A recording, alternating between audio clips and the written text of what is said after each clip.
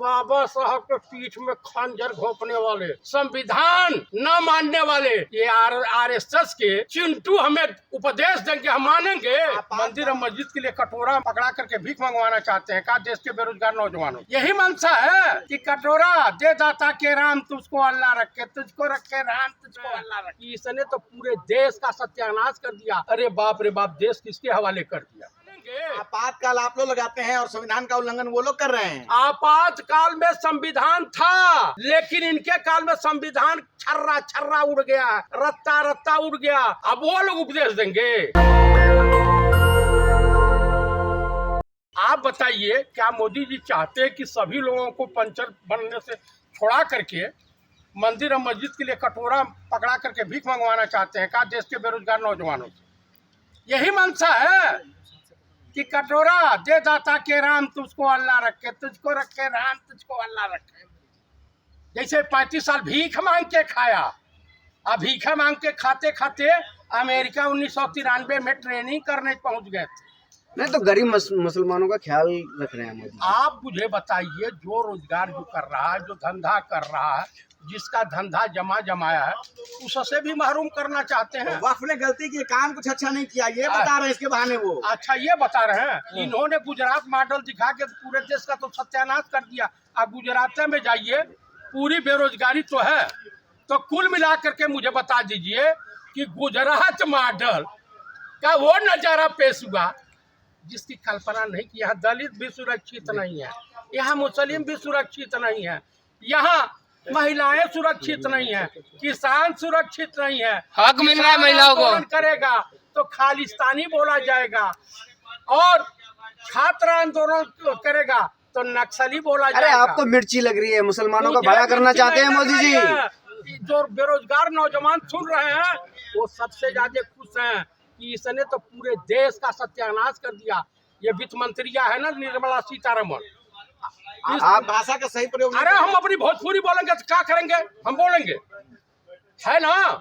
तो आप मुझे बताइए कि इनके पति प्रकाश साहब क्या कहें, मोदी का तीसरा काल भारत देश के लिए विनाश काल साबित होगा, और विनाश काल साबित हो चुका है। आप मुझे बताइए कि कम से कम रोजगार नहीं दे सकते हो, चीनी नहीं दे सकते हो, गुड़ नहीं दे सकते हो। अरे गुड़ जैसी मीठी बातें तो करो। बाबा साहब के पीठ में खंजर घोंपने वाले, संविधान न मानने वाले, ये आरएसएस के चिंटू हमें उपदेश देंगे, हम मानेंगे। आपातकाल आप लोग लगाते हैं और संविधान का उल्लंघन वो लोग कर रहे हैं। आपातकाल में संविधान था, लेकिन इनके काल में संविधान छर्रा छर्रा उड़ गया, रत्ता रत्ता उड़ गया। आप बताइए कि 12 दिसंबर 1949 में किसने संविधान जलाया और बाबा साहब का पुतला जलाया? यही आरएसएस वाले, विश्व हिंदू परिषद वाले, इसी रामलीला मैदान दिल्ली में। अब वो लोग उपदेश देंगे जिनके संबंध आईएसआई और सीआईए से हैं। भाजपा वाले कह रहे हैं कि राहुल गांधी संविधान लेके घूम तो रहे हैं, खुद उनको संविधान का ज्ञान नहीं है। लहराने से क्या होगा? नहीं, एक बामुश्किल 9वीं पास जिसने गया वहां पे नागपुर संघ मुख्यालय और सिग्नेचर किया, लिखावट पर भी लोग तरस रहे हैं कि अरे बाप रे बाप, देश किसके हवाले कर दिया। पढ़े लिखे प्रधानमंत्री के खिलाफ ऐसा बोल रहे हैं आप? इतना पढ़े लिखे हैं। अच्छा ही बताइए, आप पढ़े लिखे पत्रकार हैं, दुनिया की कोई ऐसी यूनिवर्सिटी बता दीजिए कि वहाँ इंटायर पॉलिटिक्स का कोई कोर्स पढ़ाया जाता है? अभी तो ग्रेजुएट हैं, मुझे बता दीजिए। और 1978 में कंप्यूटर था क्या जिससे मार्कशीट निकली है? एंटायर पॉलिटिक्स थे, तब लिखित में आता था।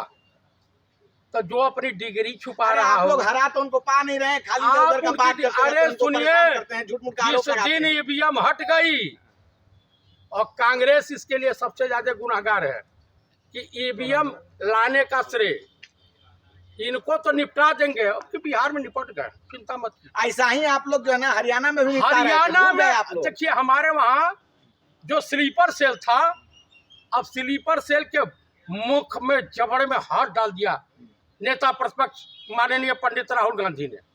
ये बार बार आप पंडित क्या है बोल रहे हैं? उनका नाम खाली राहुल गांधी है। अब मैं पंडित बोल देता हूँ तो आपको क्या एतराज है? अरे आप लोग तो धारा 370 पर भी गए थे सुप्रीम कोर्ट में। आप अच्छा वहाँ लागू हो गया, तमाम बीजेपी वाले जमीन खरीदते कि नहीं?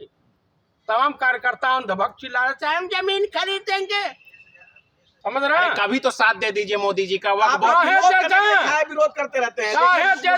योगी जी तो खैर अमृतकाल चल रहा है और वहाँ पर क्या उत्तम प्रदेश बन चुका है। एकदम उत्तर प्रदेश कहा जाए कि जंगल राज, राम राज कहा जाए या जंगल राज। नेशनल दस्तक की आपसे गुजारिश है कि अगर इसको बचाना चाहते हैं तो नेशनल दस्तक को सब्सक्राइब करने के लिए रेड कलर के सब्सक्राइब बटन को दबाएं, फिर बेल आइकन की घंटी दबाएं। नेशनल दस्तक को बचाने के लिए बहुत जरूरी है कि हर खबर को शेयर करें, लाइक करें, कमेंट जरूर करें।